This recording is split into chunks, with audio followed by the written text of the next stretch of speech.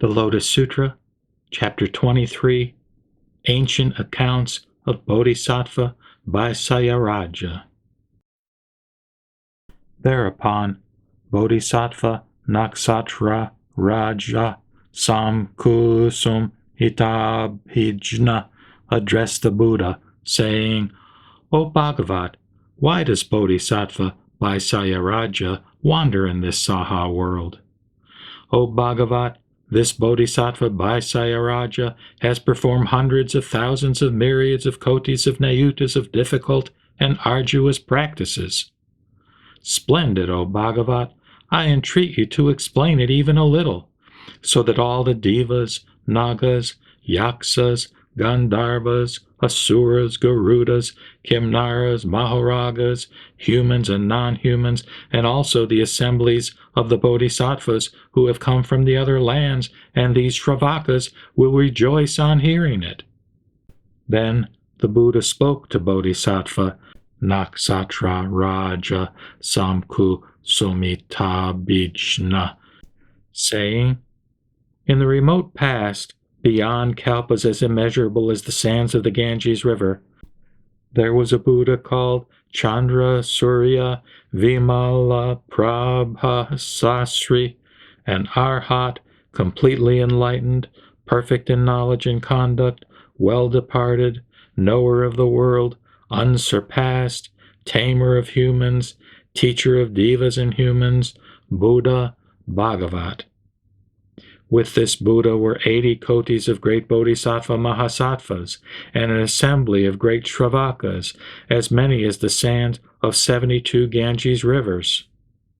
The lifespan of this Buddha was 42,000 kalpas, and the lifespans of the bodhisattvas were also equal to this. In his land there were no women, no hell-dwellers, no hungry ghosts, no animals, no asuras, and no calamities. The land was level like the palm of one's hand, and was made of lapis lazuli. It was adorned with jeweled trees, and was covered with jeweled canopies, with various hanging flowered banners. This world was filled with jeweled vases and incense burners. There were platforms made of the 7 treasures.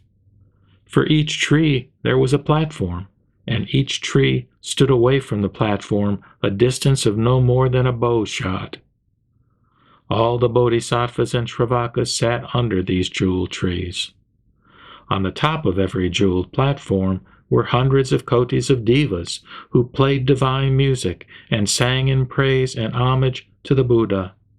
Then the Buddha expounded the Lotus Sutra for Bodhisattva Sarvaru Pasamdarasana and numerous other bodhisattvas and shravakas.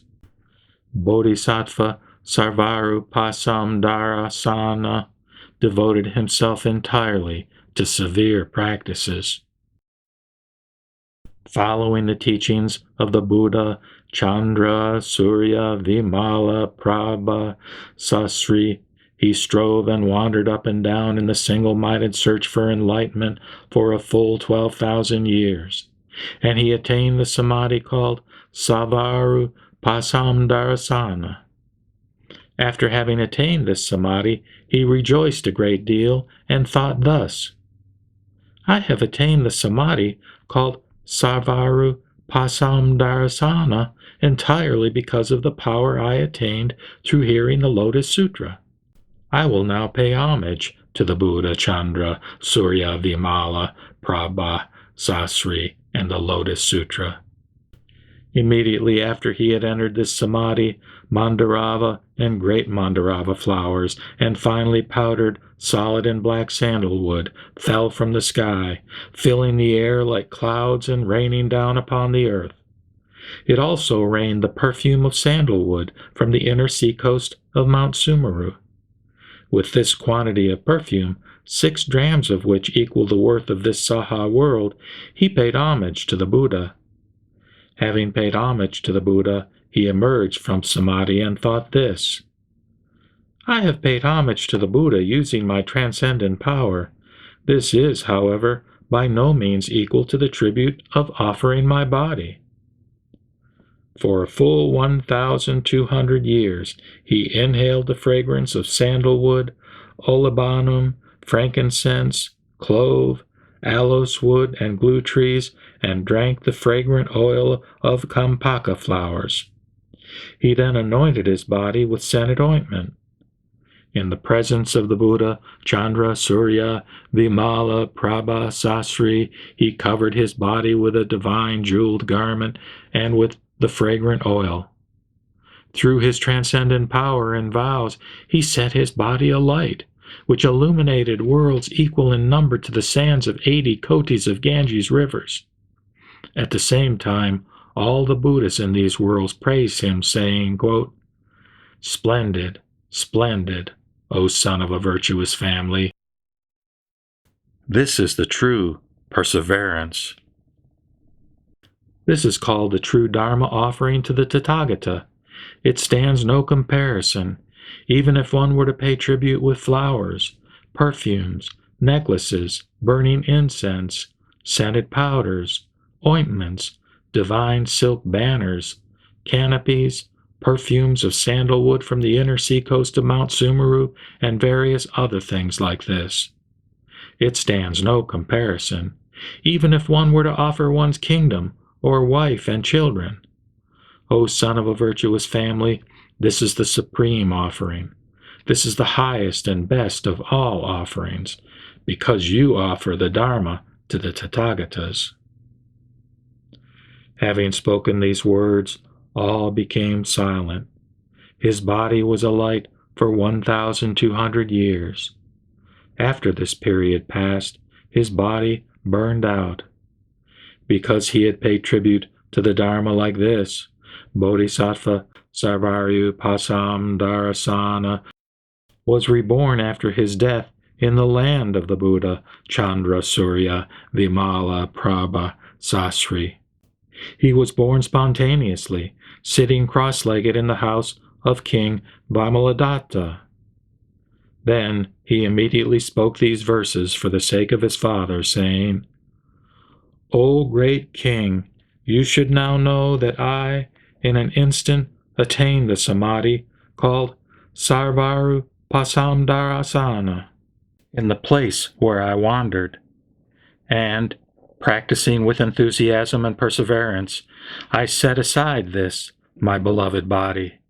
I have paid homage to the Bhagavat in order to attain the utmost wisdom."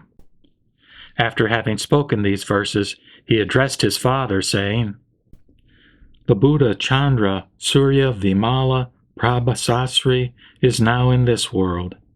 Having previously paid homage to the Buddha, I attained the Dharini of understanding the speech of all sentient beings, and heard 800,000 of myriads of kotis of nayutas of verses, and tens of billions of verses, hundreds of billions of verses, and thousands of billions of verses of the Lotus Sutra. O great king, I will now once again pay homage to this Buddha." Having spoken this, he sat on the seven-jeweled platform and ascended into the air as high as 7 tala trees. Having come before the Buddha, he bowed until his forehead touched the Buddha's feet. He praised the Buddha in verse with his 10 fingers pressed together, saying, "Your countenance is rare and wonderful. Your brilliance illuminates the 10 directions. Once, long ago, I paid you homage. I now come to behold you again."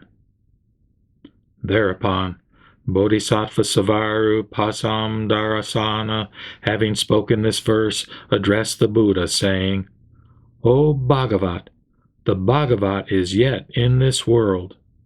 Then the Buddha Chandra, Surya, Vimala, Prabha, Sasri said to the Bodhisattva Sarvarupasam Dharasana, "O son of a virtuous family, the time of my parinirvana has come.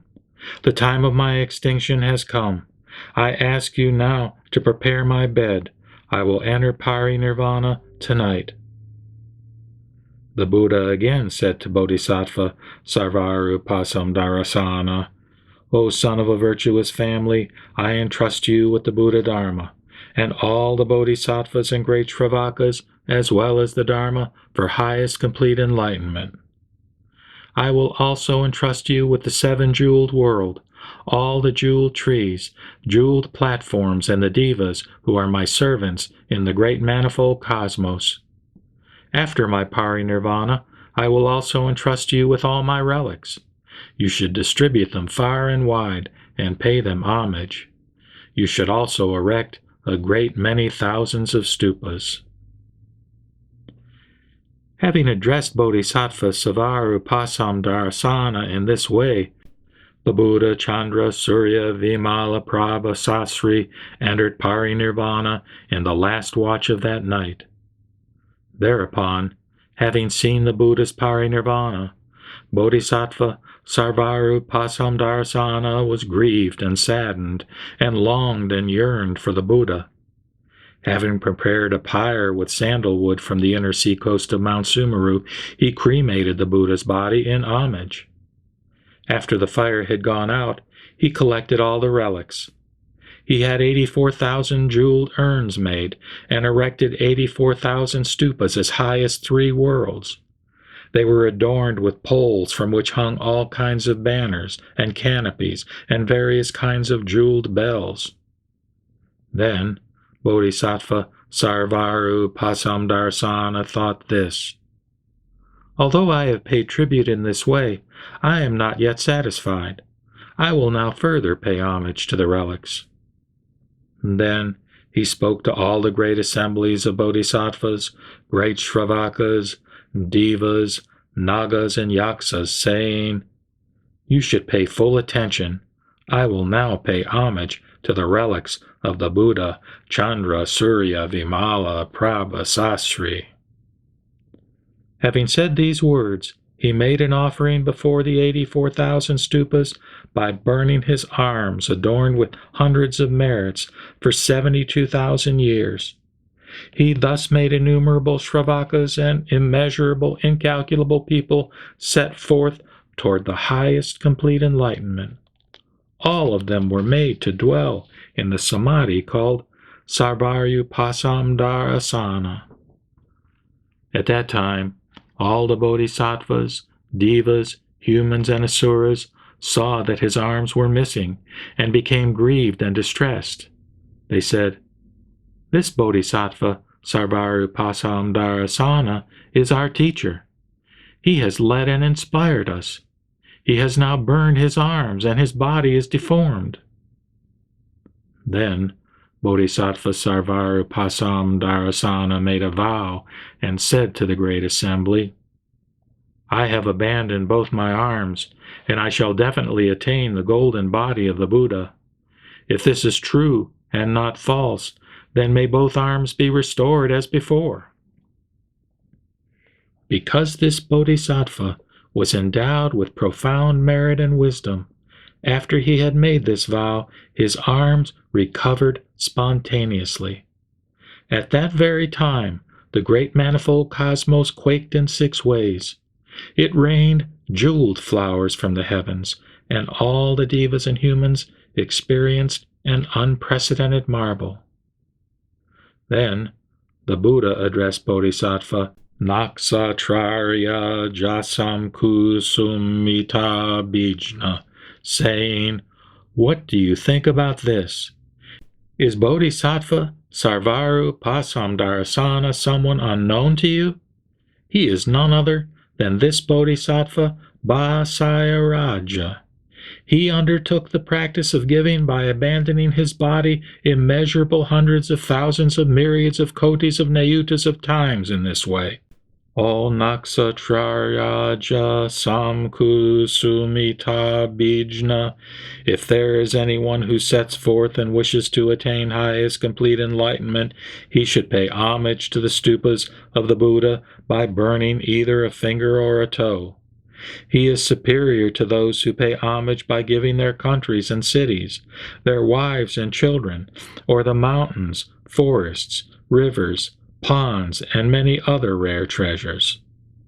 If there is anyone who pays homage to all the Buddhas, great bodhisattvas, pratyeka Buddhas, and arhats by filling the great manifold cosmos with the 7 precious treasures, the merit of this person will not be equal to the surpassing merit of one who receives and holds to even a single verse consisting of 4 lines of the Lotus Sutra.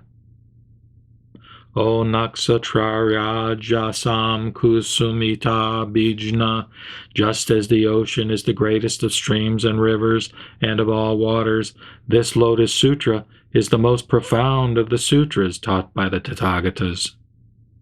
Just as Mount Sumeru is the greatest of mountains, greater than Earth Mountain, Black Mountain, Mount Chakravada, Mount Mahachakravada, and the 10 jeweled mountains, this Lotus Sutra is the greatest of the sutras. Just as the moon is the greatest among all the stars, this Lotus Sutra is the most illuminating of the thousands of kotis of sutras. Just as the sun destroys darkness, in the same way, this sutra destroys the darkness of erring thought. Just as the noble emperor is the best of all the kings, this sutra is the noblest of all the sutras. Just as Sakra is the king of the 33 devas, this sutra is the king of the sutras. Just as great Brahma is the father of all sentient beings, in the same way, this sutra is the father of all the wise, the noble, those who have more to learn and those who do not, and those in whom the thought of enlightenment has awakened. Just as those who have entered the stream of the teaching, those who are to return to this world once again, those who are never to return, arhats and pratyeka Buddhas are the best of all the common people. In the same way, this is the best of all the sutras taught by all the Tathagatas, Bodhisattvas, or Shravakas. Those who hold to this sutra are the best of all sentient beings. The Bodhisattvas are the best of all Shravakas and pratyeka Buddhas. In the same way, this sutra is the best of all sutras. Just as the Buddha is the king of the Dharma, this sutra is the king of sutras. O Nakasatraja Samkusumita Bijna, this sutra saves all sentient beings. This sutra makes all sentient beings free from suffering. This sutra greatly benefits all sentient beings and brings their aspirations to fulfillment, just as a clear, cool pond satisfies the thirsty, as a fire satisfies those suffering from cold, as clothes for the naked, as a caravan leader for merchants, as a mother for her children, as a boat for the traveler, as a physician for the sick, as a lamp for the gloom, as a treasure for the poor, as a king for the people, as the sea for traders, and a torch for those in darkness. In the same way, this Lotus Sutra frees sentient beings from every suffering, all the pains and bonds of sickness and of birth and death.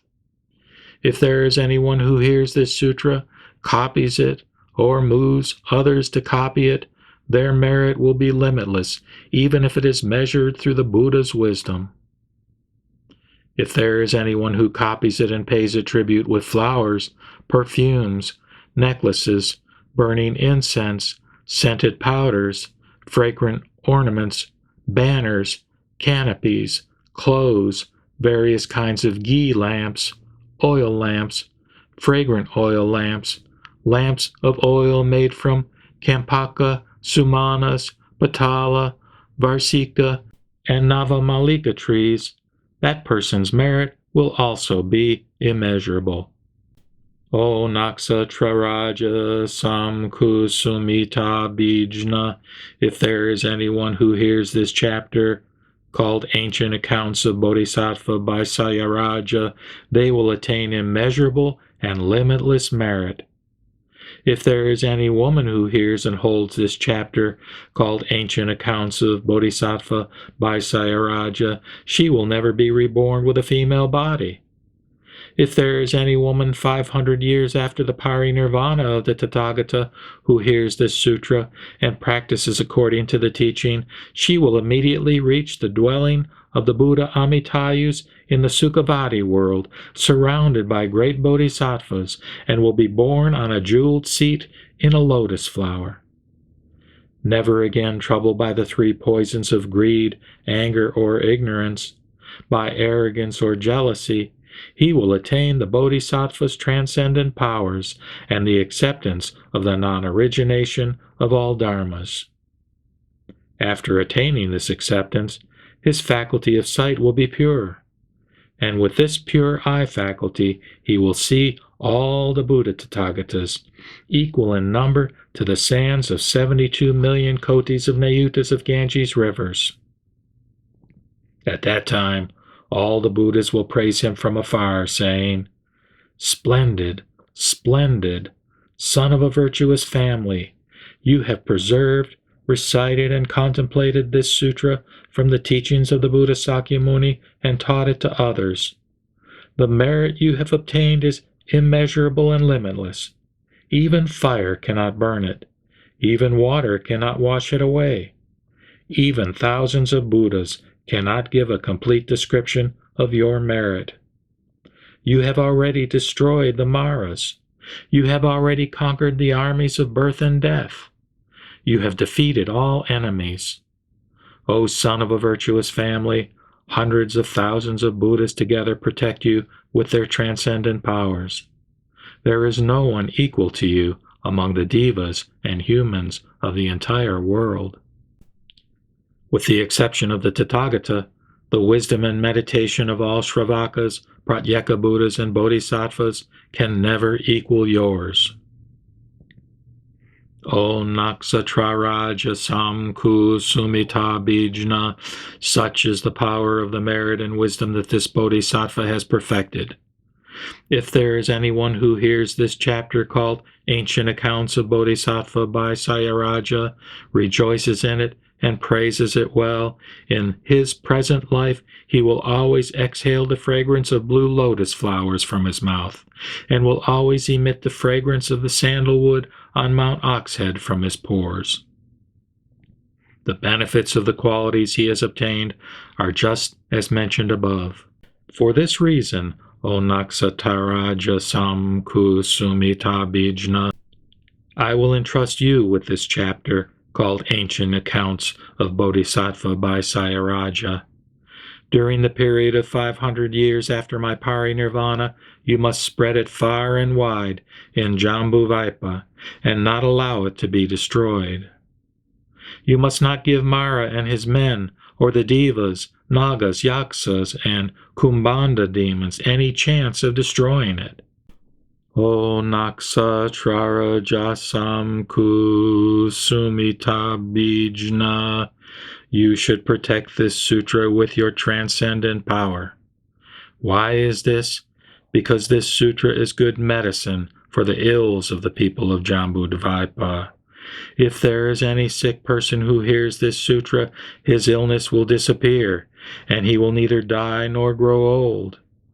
O Naksatrara Jasam Kusumita Bijna, if you see anyone who holds to this sutra, you should scatter blue lotus flowers full of scented powder on him.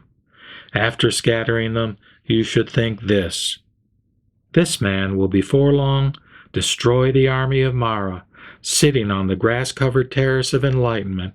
He will blow the conch of the Dharma, beat the drum of the great Dharma, and ferry all sentient beings across the ocean of old age, illness, and death.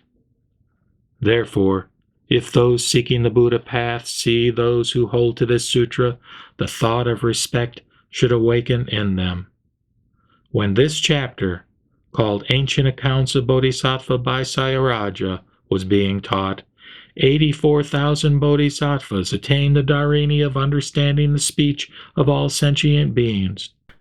The Tathagata Prabhutaratna in the jeweled stupa praised Bodhisattva Naksatrara Jasam Kusumita Bijna, saying, "Splendid, splendid."